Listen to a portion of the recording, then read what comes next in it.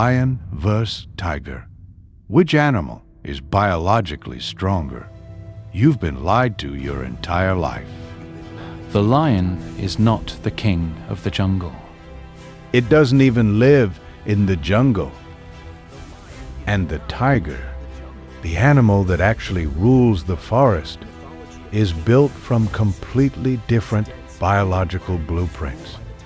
Stronger in ways that don't show up in a fight. Weaker in ways that matter more than strength. For centuries, we've asked the wrong question. Who would win in a fight? That question tells you nothing about these animals. It tells you everything about us. Because what we really want to know is, which one should we fear more? And biology has an answer. It's just not the answer you expect.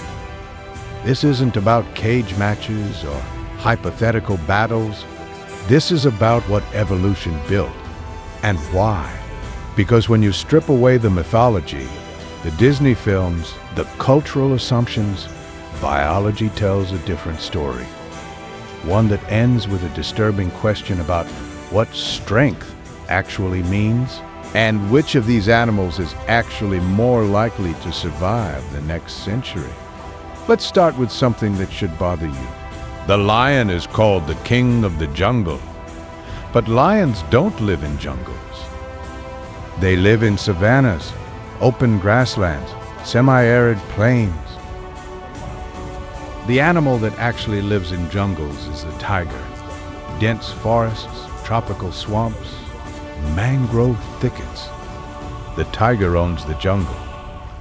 So why does the lion get the title?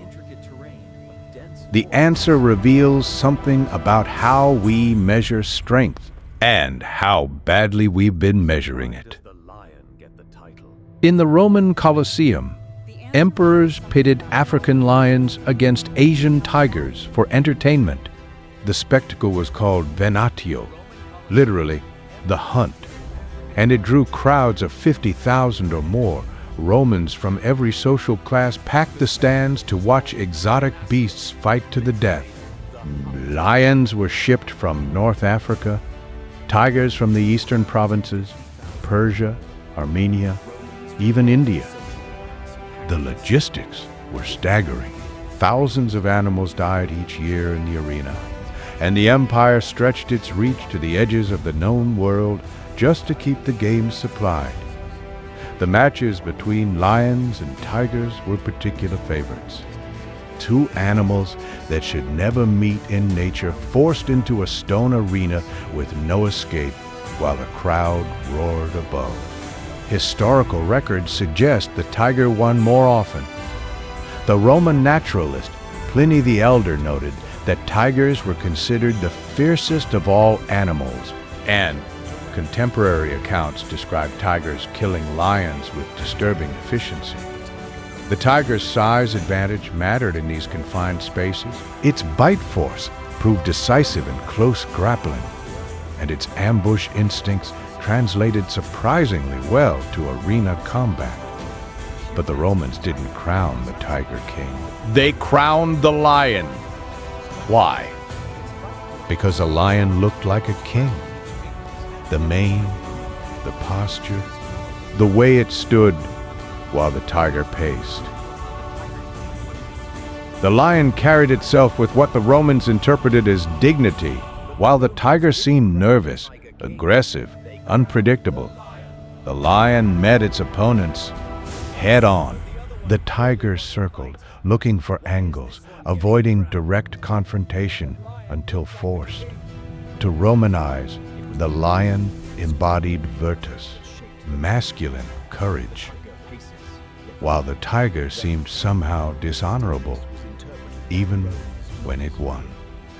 The tiger was stronger, but the lion looked stronger. And that distinction between appearance and reality has been confusing us ever since. We didn't name the Lion King because it was the most powerful. We named it King because it reminded us of ourselves, of how we wanted to see power exercised. The tiger's power was alien, efficient, cold. The lion's power was theatrical, social, familiar. And 2,000 years later, we're still making the same mistake. Let's fix that. Let's look at what biology actually says, not mythology, not cage fights, not cultural bias, pure anatomy. And we'll start with the most basic measurement, size. But size is where the first surprise appears. The largest subspecies of tiger is the Siberian tiger. Adult males average around 660 pounds, with exceptional individuals exceeding 700. Body length stretches to nearly 11 feet from nose to tail tip, standing over 3.5 feet at the shoulder. Now compare that to a lion.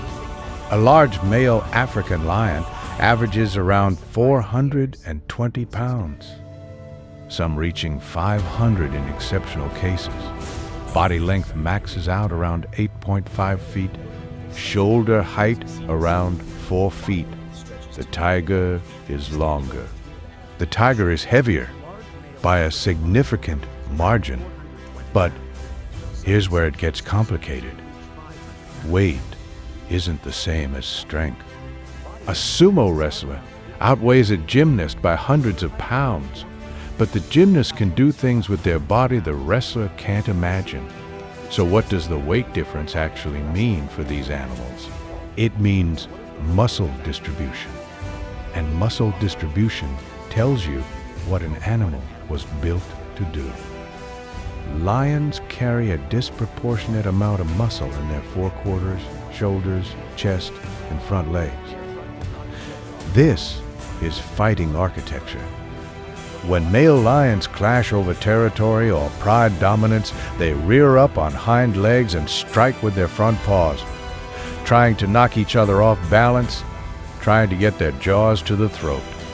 Their entire front body is optimized for this specific type of combat. Frontal assault, face-to-face confrontation, wrestling for position, built to fight other lions. Tigers carry muscle more evenly distributed across their entire body. Front legs, back legs, core, and especially the shoulders and neck. This is hunting architecture. When a tiger attacks, it doesn't face its prey head-on. It ambushes from the side or behind, leaps onto the back of a deer or buffalo, and uses that evenly distributed power to wrestle prey to the ground while simultaneously crushing the throat. Tigers are built to kill things that don't want to fight back. Bidmo's difference. It's strange, it's critical, and it shows up in the paws. A tiger's paws are larger than a lion's, up to 8 inches across in big males. The claws are longer, up to 4 inches, curved more sharply for hooking into flesh and holding on. A lion's paws are smaller but denser, claws around 3 inches, built less for gripping and more for striking. If you were running from both animals, the tiger's paw would catch you and hold. The lion's paw would knock you down. Different tools for different purposes. But none of this matters as much as the next thing. Now let's talk about the single most misleading feature in this entire comparison. The mane.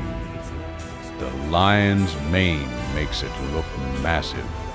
It adds visual bulk to the head, neck, and shoulders, creating the impression of a much larger animal than actually exists.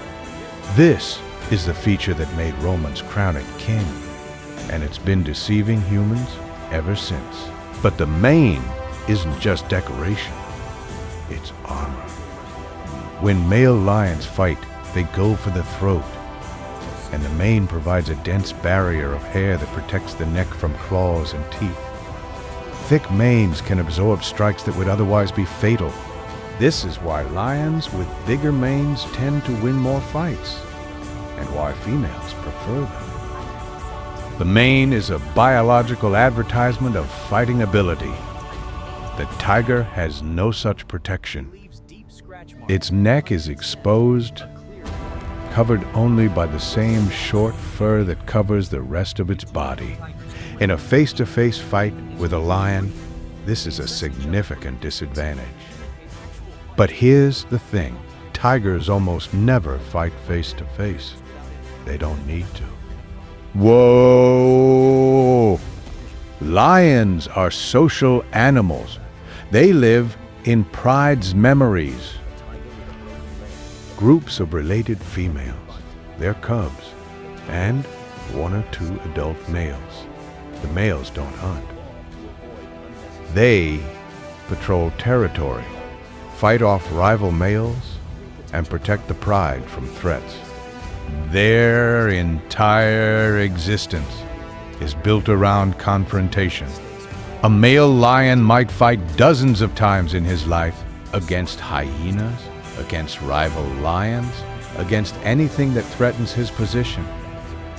By the time he's fully mature, he's a battle-hardened warrior, covered in scars, experienced in combat, psychologically conditioned for violence. Tigers are solitary. They live alone, hunt alone, raise cubs alone. A male tiger maintains a territory that can span 400 square miles, patrolling the boundaries constantly, marking trees with scent, leaving scratch marks on bark, warning other tigers to stay away.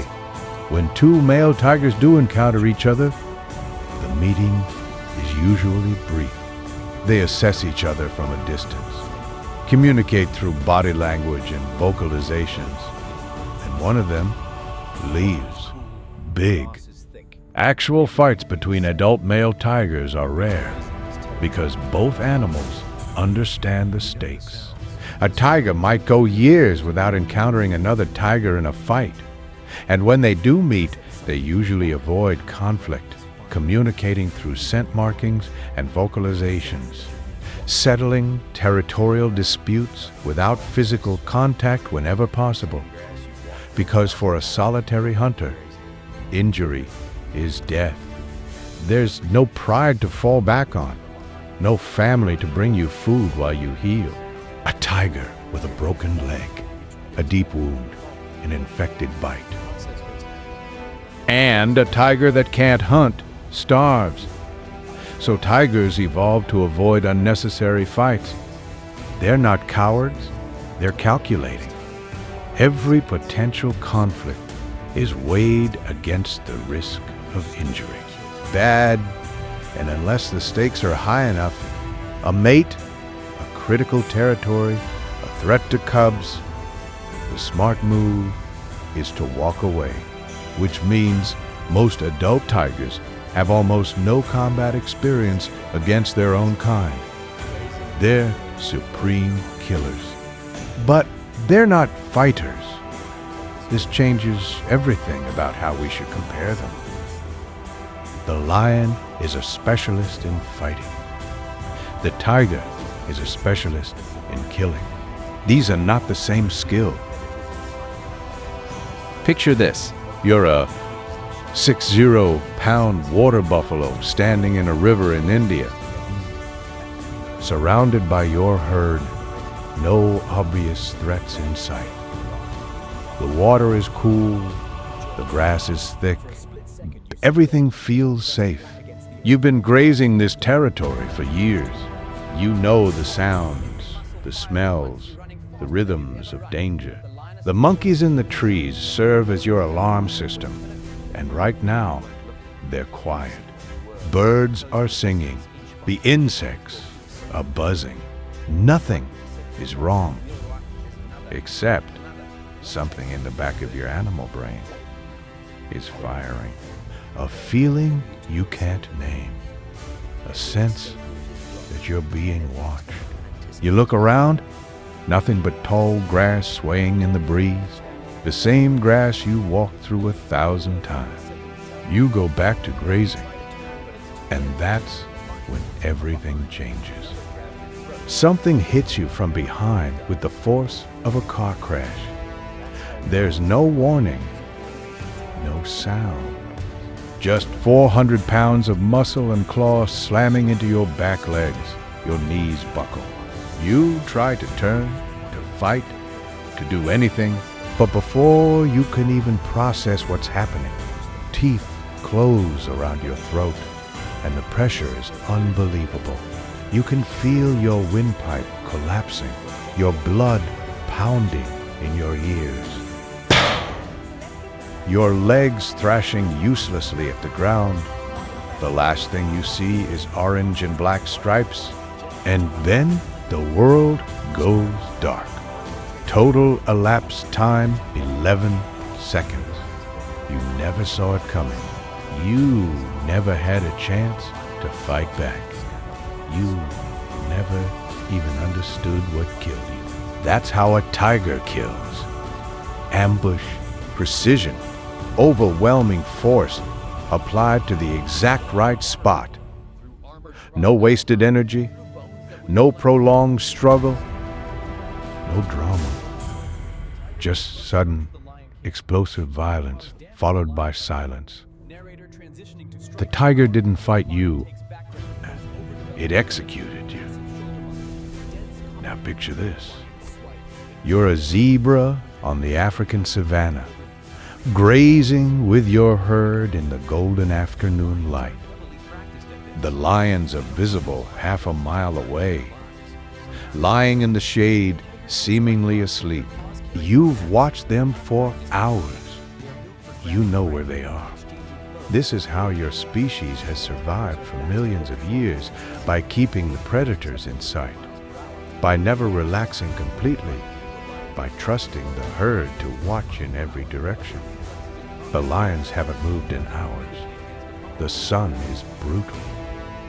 Over 100 degrees in the shade. Nothing hunts in this heat. You relax just slightly and lower your head to the grass. That's when you notice movement, not from where the lions are resting, from somewhere else. 30 yards to your left, the grass is moving wrong. You jerk your head up, and for a split second you see golden fur pressed flat against the earth, eyes locked on you, much, much too close. You bolt. Every muscle in your body fires at once, and you're running before your brain even catches up, running faster than you've ever run in your life. But the lionesses were already in position. They'd been crawling through that grass for 20 minutes, moving when you weren't looking, freezing when you were, closing the distance inch by inch while you thought you were safe.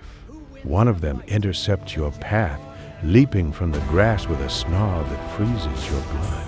You wheel right and run harder, but there's another. One and another. They're not chasing you, they're herding you, driving you towards something. Every escape route blocked, every turn anticipated. And then you see him, the male, standing directly in your path, Mane haloed by the setting sun. Not running, not crouching, just waiting. He's been here the whole time. The lionesses drove you right to him. You try to turn, but it's too late. A lioness hits you from behind, another grabs your throat, and you go down in a cloud of dust and teeth. The last thing you see is 4 sets of jaws closing in, and then there's nothing. That's how lions kill. Coordination, strategy, overwhelming numbers. A military operation with teeth. The pride didn't outrun you. They outsmarted you. Neither method is stronger. There just different. Optimized for different environments, different prey, different survival strategies. But when you isolate the enemies, remove the pride, remove the ambush, force them into direct confrontation. What does biology predict? This is where the internet debates rage, where people cite statistics they don't understand, where cultural loyalty overrides actual data. So let's be precise. Let's look at the measurements that actually matter in a fight. Not impressions, not feelings, not which one looks scarier, just cold, anatomical fact. Bite force.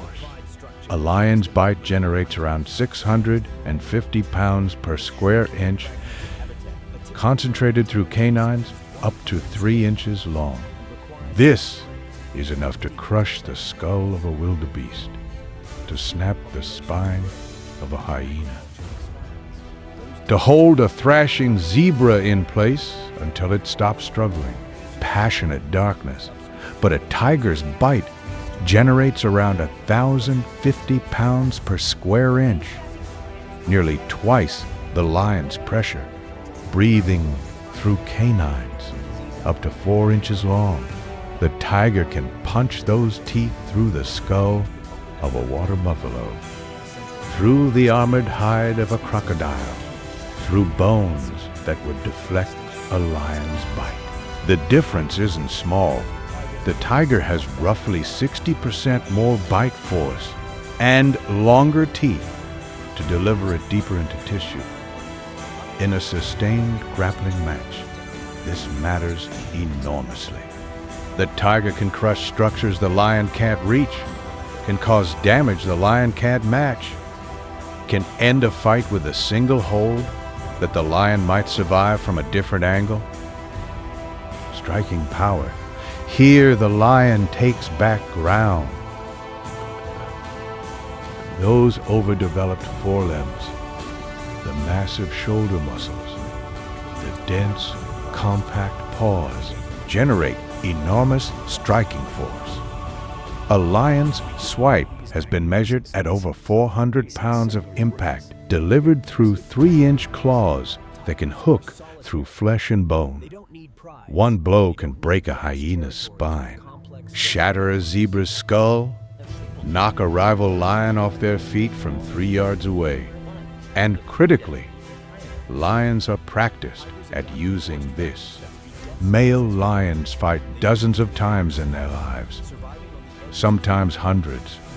They know exactly how to throw that paw for maximum effect, how to time the strike, how to follow up before the opponent recovers. Tigers can strike hard too. Their larger paws carry more mass. But they're not as practiced at combat. Their paws are built for grabbing, not swinging, for holding on to struggling prey, not exchanging blows with an equal. In a striking contest, the lion has technique on its side. But speed and reflexes. Tigers are faster over short distances, capable of bursts up to 40 miles per hour, with reaction times honed by ambush hunting that requires split-second precision. Lions are slightly slower overall, around 35 miles per hour, but their reflexes in combat are exceptional because they've been tested repeatedly against opponents who hit back. Endurance. Lions sleep 16 to 20 hours a day. Their bursts of activity are short, explosive, then finished. A male lion fights in sprints, not marathons, because his lifestyle doesn't require sustained effort. Tigers are more active overall, patrolling territories that can span 400 square miles, swimming rivers, climbing hills, very guardian terrain that requires constant movement. Their cardiovascular systems are better developed for sustained exertion. In a prolonged fight, the tiger has better stamina, In a quick explosion of violence, the lion is more practiced. Brain size relative to body size. Tigers have larger brains than lions. This correlates with their more complex hunting strategies, their ability to problem solve in diverse environments, their capacity to adapt tactics to different prey. Lions are intelligent too, but their social structure means they can afford to specialize. Let the pride share cognitive load. A solitary tiger has to be smarter because there's no one to rely on. So what does all this mean? After all these comparisons, all these measurements, what does biology actually conclude? If you forced these two animals into a cage and made them fight, The tiger would win more often than not. Not every time, but across dozens of encounters, the numbers would favor the tiger. Bigger body, stronger bite, better stamina, more raw power. But here's why that question is meaningless. In nature, these animals almost never encounter each other. The lions live in Africa. Tigers live in Asia. Their ranges don't overlap. The only places they've met historically are the edges of India, where Asiatic lions once shared territory with Bengal tigers. And even there, direct conflict was rare, because both species are intelligent enough to avoid fights they don't need to have. A male lion encountering a tiger would likely posture and roar, trying to intimidate the other into leaving. A tiger encountering a lion would likely back away, not out of fear, but out of practicality. Neither animal benefits from injury. The question, who would win, assumes a death match that nature never requires. But there's a deeper issue here, one that changes everything about this comparison. And it's the real reason this comparison matters. We've been measuring strength wrong. When we ask which animal is stronger, we're really asking which animal would win in a fight. But that's not what strength means in evolutionary terms. Evolutionary strength is about survival, about adaptation, about persisting through changing conditions. And by that measure, the lion is in serious trouble. African lion populations have declined by over 40% in the past 2 decades. There are roughly 20,000 left in the wild, down from over 200,000 a century ago. That's a 90% collapse in a single human lifetime. Their range has contracted by over 90%, from covering most of Africa to scattered pockets in a handful of countries. The pride structure that makes them formidable hunters also makes them vulnerable, because a pride needs space. A typical lion territory spans 100 square miles and requires enough prey to feed 15 to 20 mouths. As human populations grow and agriculture expands, those territories are fragmenting, shrinking, disappearing. Prides that lose territory don't adapt, they collapse. The complex social bonds that made them successful hunters become liabilities when there isn't enough food to go around. Males fight each other for diminishing resources. Females abandon cubs they can't feed. The pride structures break down. Asiatic lions, the subspecies that once ranged from Greece to India, are in even worse shape. Around 600 individuals remain, all living in a single forest reserve in India, the Gir National Park. They're genetically bottlenecked, all descended from a handful of survivors carrying a dangerous lack of genetic diversity. One disease outbreak could wipe them out entirely. One bad drought could collapse their prey base.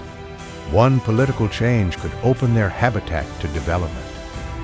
the species that looks like a king, is one bad season away from extinction. Tigers are doing slightly better, but only slightly. Around 4,500 remain in the wild, up from a low of about 3,200 a decade ago. Conservation efforts have helped. India in particular has invested heavily in tiger preservation, creating corridors between reserves, cracking down on poaching, monitoring populations with cameras and DNA analysis. But they're still critically endangered. 3 subspecies have already gone extinct in the last century: the Bali tiger, the Javan tiger, the Caspian tiger, all wiped out by human expansion and hunting. The ones that remain cling to fragments of forest, navigating a world that has less and less room for them. But here's the crucial difference. Tigers are solitary. They don't need prides. They don't need vast territories with complex social networks. A single tiger can survive in a territory as small as 15 square miles. If the prey density is high enough, they can adapt to forest fragments that would be death sentences for lions, moving between patches of habitat, surviving on the edges of human development, hunting deer in degraded forests that wouldn't support a pride. Their solitary nature, which seems like a weakness in a hypothetical fight, is actually a massive advantage for long-term survival. They're harder to track, harder to manage, but also harder to wipe out. You can eliminate a lion pride by killing the dominant males. The social structure collapses and the rest follow. To eliminate tigers from an area, you have to hunt down every single one. And even then, individuals may remain hidden for years. Here's the uncomfortable truth. The lion looks like a king, but it's an evolutionary design that's becoming obsolete. The social structure that made lions dominant on the African savanna is a liability in a shrinking world. Blue, solitary nature, its adaptability, its ability to survive in diverse environments, gives it a better chance of persisting into the next century. Not because it would win in a fight, but because it doesn't need to fight. This is what biology actually reveals. The lion is optimized for a world that's disappearing. The tiger is optimized for survival in a world that's changing. One is built for dominance, the other is built for endurance. And endurance in evolutionary terms is the only strength that matters. We crown the Lion King because of how it looks. The mane, the posture, the roar that carries for 5 miles. But crowns don't save species. Adaptation does. And the animal we've underestimated for centuries, the one we've cast as the villain in our stories, is the one biology actually favors. The tiger is not the king of the jungle. It doesn't want to be. Kings fight for thrones. Survivors just keep moving. And when the last lion pride falls silent on some shrinking savanna, there may still be a tiger moving through the forest, alone, silent, unchanged for 2 million years, doing exactly what it was built to do. This question about what makes something truly strong keeps appearing throughout evolution. The biggest, the most powerful, the most dominant are often the first to disappear when conditions change. Size becomes a liability. Specialization becomes a trap. And the survivors are usually the ones we underestimated, the ones built for adaptation instead of domination. We saw this with the largest shark that ever lived. An apex predator so dominant it shaped the entire ocean for 19 million years. Built to kill whales, to cross hemispheres, to rule without challenge. And then, when the world cooled and prey migrated, it vanished, outcompeted by something smaller, more adaptable, more efficient. The same lesson, and a truth we only just discovered because for 150 years we got everything about that creature wrong. Its shape and its size, its very identity. We were wrong about Megalodon, the truth hidden for millions of years, big ass.